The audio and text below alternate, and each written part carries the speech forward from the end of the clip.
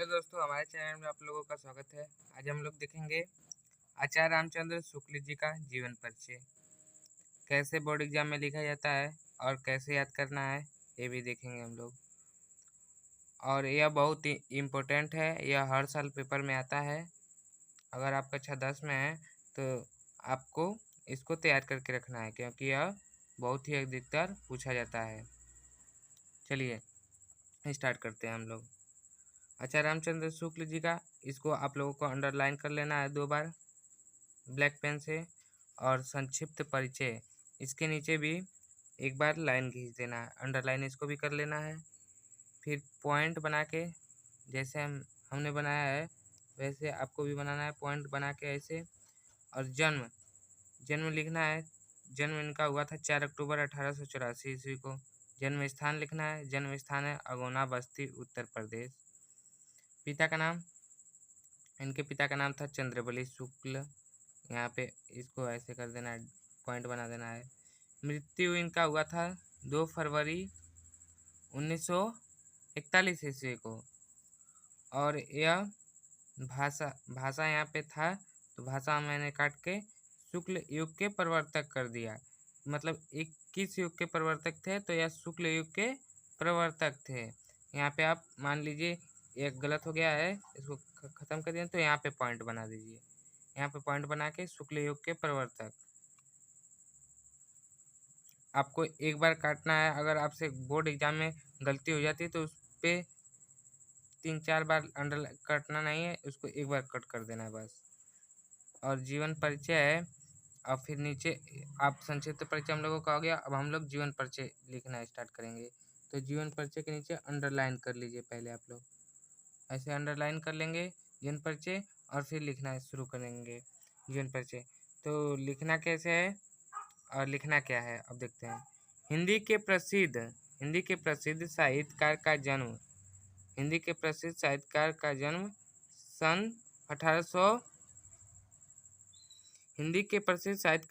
सन 1884 ईस्वी में बस्ती जिला के अगुना नामक गांव में हुआ था। हिंदी के प्रसिद्ध साहित्यकार का जन्म सन 1884 ईस्वी में बस्ती जिले के अगुना नामक ग्राम में हुआ था। इनके पिता का नाम चंद्रपल्ली शुक्ल था,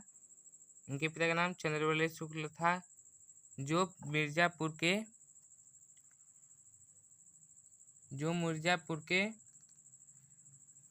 मिर्जापुर में कानूनगो थे। बालक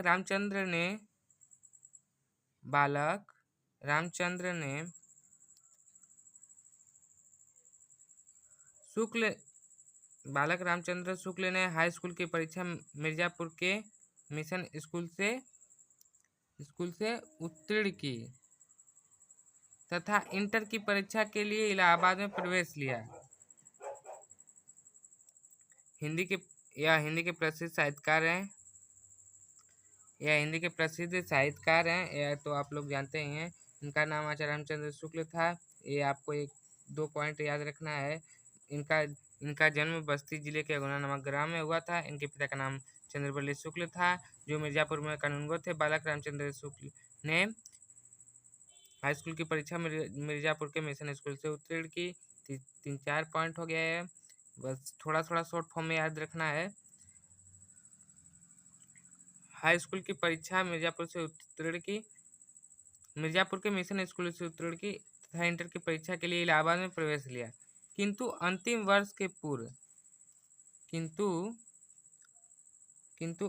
वर्ष के पूर्व ही विद्यालय छूट गया। आर्थिक स्थिति नहीं सही होने के कारण इन्होंने विद्यालय को छोड़ दिया। इन्होंने मिर्जापुर के न्यायालय में नौकरी की। इसी बीच इन्होंने हिंदी, अंग्रेजी, संस्कृत आदि भाषाओं का अच्छा ज्ञान प्राप्त किया। मतलब कि अच्छे से अध्ययन किया और इन सब भाषाओं को सीखा।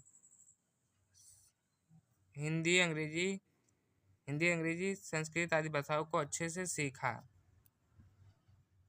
हिंदी, अंग्रेजी, उर्दू आदि भाषाओं का अच्छा ज्ञान प्राप्त किया। उसके बाद पत्र और पत्रिकाओं में लिखना प्रारंभ किया। इन्होंने एक काशी नगरी पंचालनी सभाएं पत्र पत्रिका की एक मतलब निकालती थी, उससे जुड़कर इन्होंने पत्र और पत्रिकाओं में लिखना प्रारंभ किया। कुछ समय बाद इनकी नियुक्ति काशी हिंदू विश्वविद्यालय में हिंदी के प्राध्यापक पद पर हो गया। कुछ समय बाद इनका नियुक्ति मतलब यह काशी हिंदू विश्वविद्यालय में प्राध्यापक पद पर हो गए।